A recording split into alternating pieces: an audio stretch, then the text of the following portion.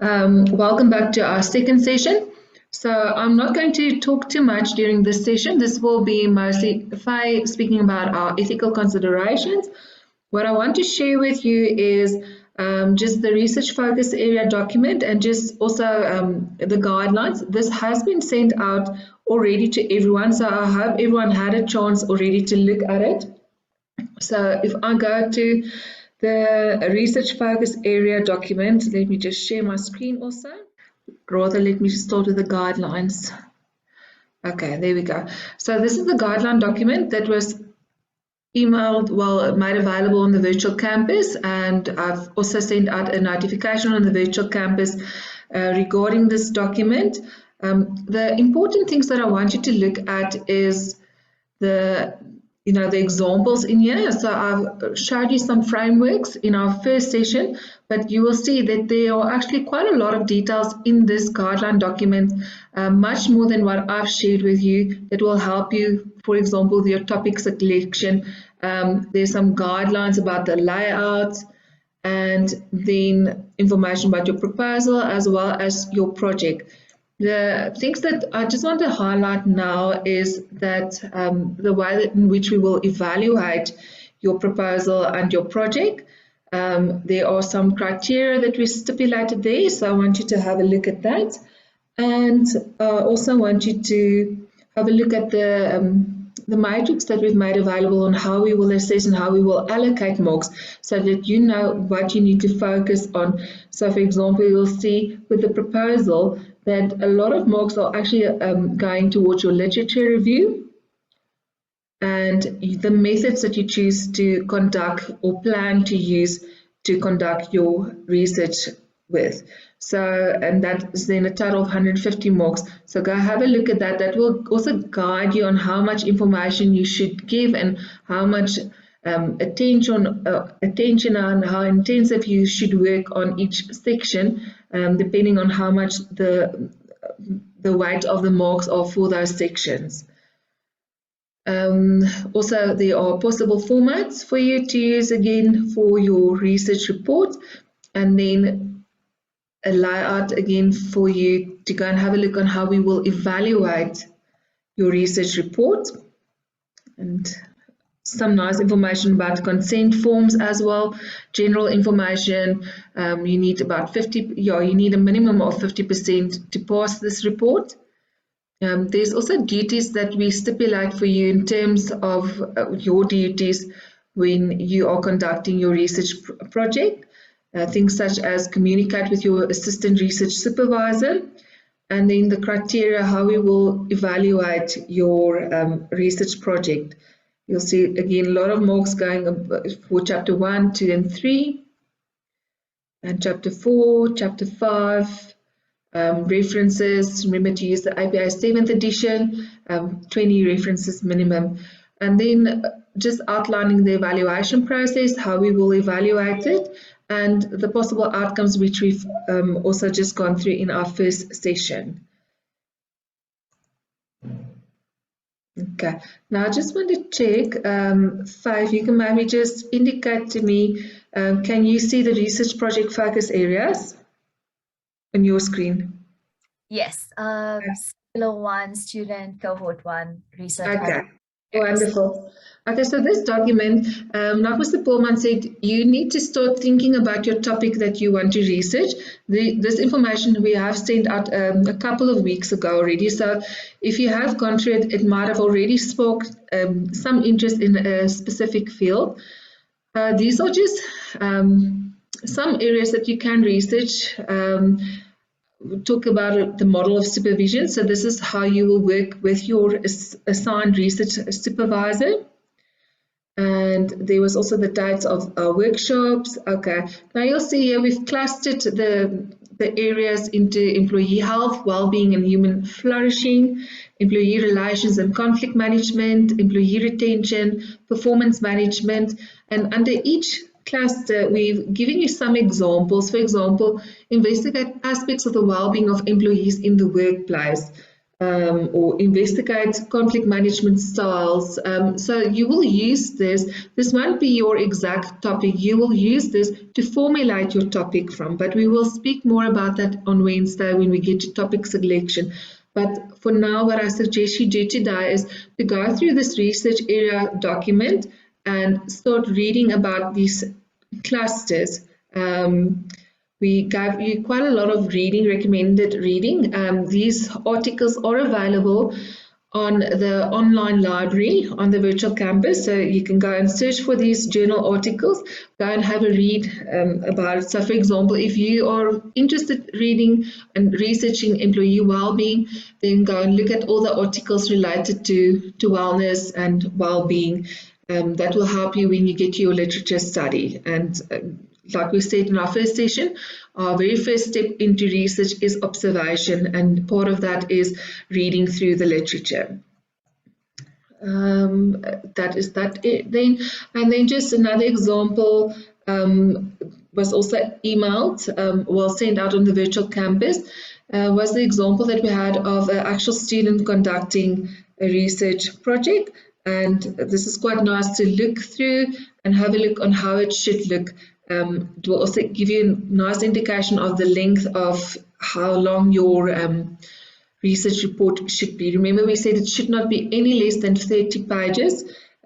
This document is 68 pages, which is quite easy to get to if you consider that the framework alone was 27 pages. I just want to show you something in chapter 4 with the presentation of the data. You can see how nice this was done by this student, how she showed us the data that was collected and added percentages to it so that it has actual meaning, and it's visually in table format, so it is much easier to understand than just reading in a sentence alone what she found in the data. Okay, so that is what I wanted to show.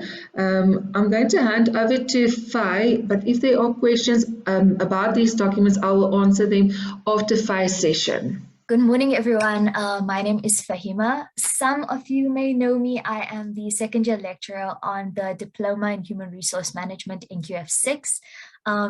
As Mr. Pullman and Zoe have mentioned, I will be covering the topic of ethics today. So you may have covered ethics at some point during your studies, but I'm going to be discussing ethics specifically in the research context. So there are some principles that are exclusive to the academic research sphere. And since the responsibility or the onus lies with the researcher, we need to clearly identify the parameters of this responsibility. I know that sounds a little bit intimidating, but it's actually quite simple. And what I will do today is work through those principles with you, just so that you understand the standard of conduct that we do expect from you throughout this process. So I am going to share my screen. Okay, so just to begin with, let's start with the basics. Why should we consider research at all? Why should we consider research when, attempting to conduct research? And why should we consider ethics when attempting to conduct research? So the World Health Organization has provided us with a clear, concise understanding of this. And that is that research ethics governs the standard of conduct for scientific researchers. It is important to adhere to ethical principles in order to protect the dignity, rights, and welfare of research participants. As such, all research involving human beings should be reviewed by an ethics committee to ensure that the appropriate standards are being upheld. Okay, so you will see that I highlighted certain elements. Firstly, standard of conduct and ethical principles.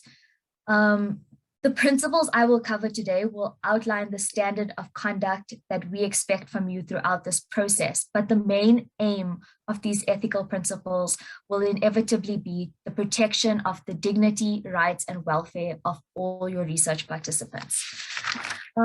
Your next question might be, when should you start incorporating these principles into the process? So my answer to that is at every point of your research. From the moment that you choose your topic until you've submitted your final document for approval, you should be considering ethics at every point throughout. So obviously we will ensure that you are in fact abiding by these principles with each review of not only your proposal, but your research paper as well. But the ultimate responsibility lies with you.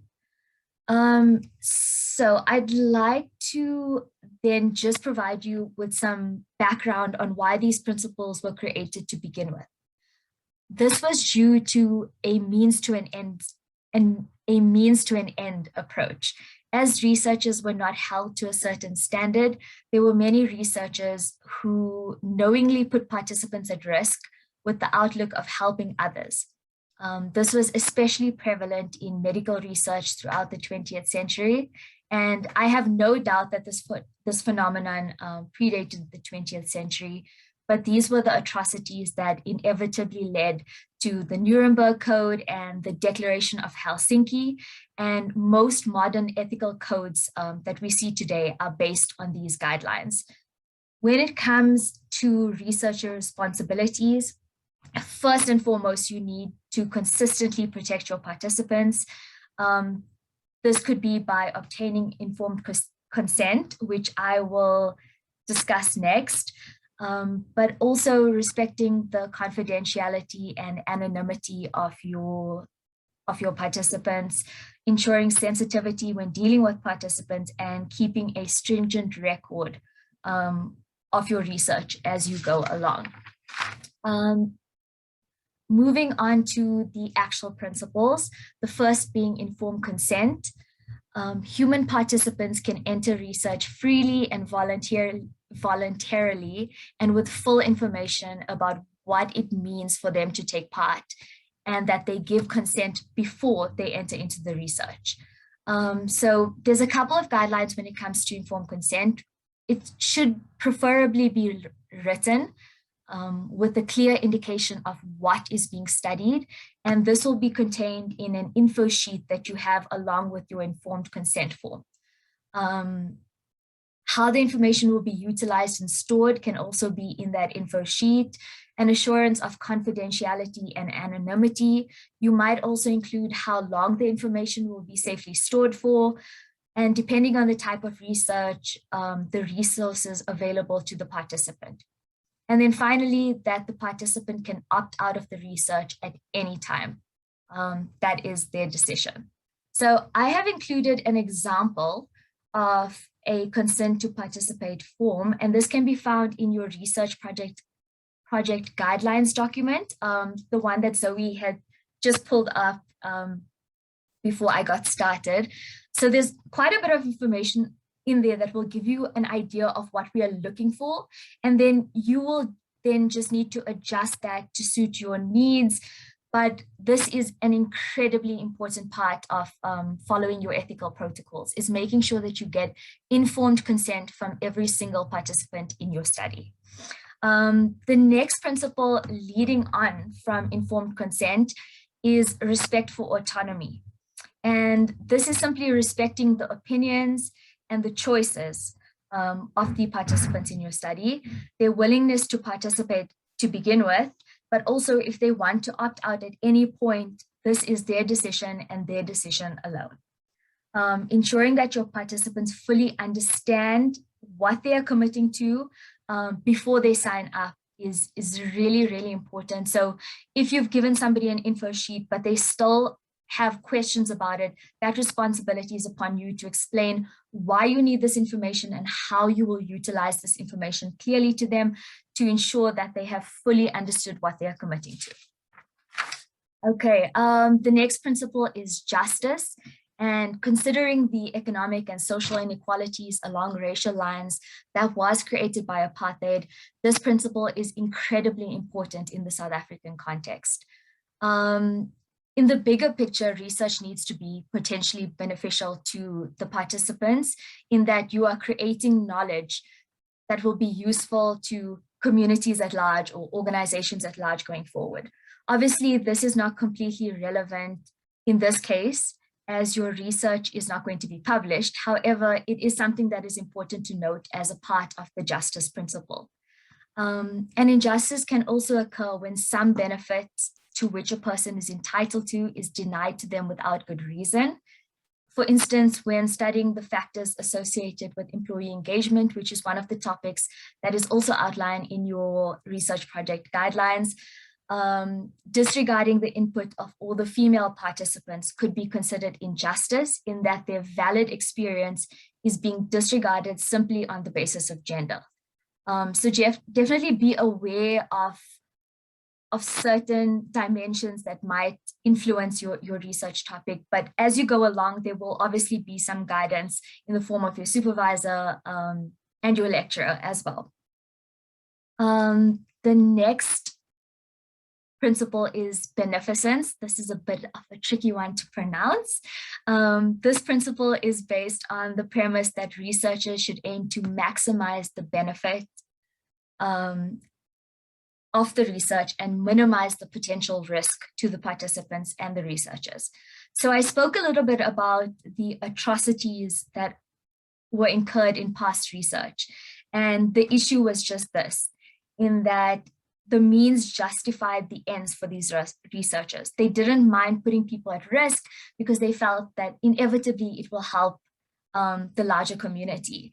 But what we are aiming for is good with minimal to negligible risk of harm, especially important when you are choosing your data collection method, ensuring that you select your approaches and your questions in a manner that will cause the least harm. And I do have an example of that, just to put it into context. For instance, if a participant might be triggered or have a negative reaction to the subject of bullying, this might be because they've had a specific traumatic experience. So just ensuring that you are sensitive in both your approach and your response to their feedback will be key in minimizing any negative effects that might arise, as well as ensuring that you get the most honest feedback possible. Okay, moving on. So the next topic or the next principle is confidentiality and anonymity. Information related to research should not be discussed with anyone but your research supervisor and your lecturer. So you are not to discuss this with other students, especially when it comes to your participants' information. In South Africa, we have the Personal Information Act. I think someone is unmuted. Okay. Okay, so we have the Protection of Personal Information Act, or POPI Act, and since the update, which I'm sure most of you have heard about, in the recent months, they've had more of a focus on research processes, and in doing so, they have focused more on how your data is stored and the way that it's handled. And so obviously this is legislated by the government, and it's important that you do abide by this or that you are aware of it. POPI impacts more on research processes such as the strategic storing of information. What I mean by that is that all information that you put onto a cloud service needs to be de-identified. So any personal information such as names, ID numbers, demographic information needs to be taken out of that before it's put onto cloud storage. If you are storing stuff on your personal computer on a hard drive, that needs to be password protected, and also you need to limit people's access to that information. This is absolutely vital, and I think you should definitely make an effort to assure your participants that this will be the case, that not only will their information not be shared with anyone, but possibly their supervisor, your supervisor and your lecturer, but that this information will be safely stored and will be, password protected at all times. Moving on to compensation and reimbursement. So the payment for participation at all can lead to a degree of dishonesty in the form of participants answering in a way they believe, or answering with answers that they believe you want to hear, rather than an honest answer. And so I believe that sometimes offer of payment can be construed as coercion of a participant. However, reimbursing somebody for participation is valid, in that if they are to travel to come to you for an interview, that means they have incurred travel expenses, and obviously the onus would possibly be upon you to then, help them with those expenses. What I suggest is making a conscious effort to keep expenses low from the inception of your research. There's no reason that you would not be able to utilize resources such as SurveyMonkey and Google Docs. I know Zoe had mentioned that earlier. So if you are doing something quantitative based and it is very survey questionnaire based, it makes it a lot easier if you can just send the survey to somebody, including the informed consent and such. And then when it comes to your qualitative studies, if you need to interview somebody, you now have access to, and thanks to COVID, everyone is quite familiar with Zoom. So you can use Zoom to contact your participants. And I think that would really help in keeping your costs low, but just be very conscious of it when you're choosing your subjects, your availability of those specific participants. So if you are focusing on bullying in the workplace, and you've experienced it, or people around you have experienced it, and you have access to those participants without having to travel, or you having to travel to them, that just simplifies things quite a bit, and it takes compensation off the table. Finally, we get to conflict of interest. Personal gain and motivation should be considered when engaging in research. Again, protection of participants is absolutely fundamental. Potential and existing conflicts of interest should always be disclosed. For instance, if you have a personal experience with, say, bullying in the workplace, you need to ensure that this does not color your approach and assessment of the relevant feedback. And this needs to be disclosed in your project as a conflict of interest. Last but definitely not least, I just want to cover some ethical aspects that would be considered outright misconduct. The first one being falsification. This is adjusting or omitting data to ensure that the results meet your objective. The second being plagiarism, the appropriation of another person's ideas, processes, results, or words without giving them the appropriate credit.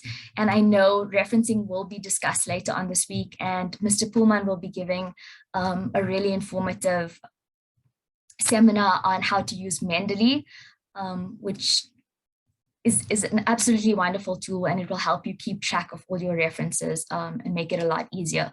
But making sure you reference is very, very important, because plagiarism is one of the outright misconducts that can be committed. And the last one being fabrication, simply inventing data, transcripts, results.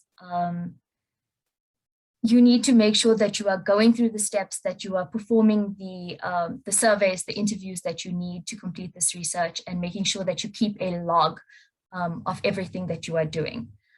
So these areas of misconduct will be penalized in line with the college's code of conduct. So definitely be aware of it. And okay, let me stop sharing.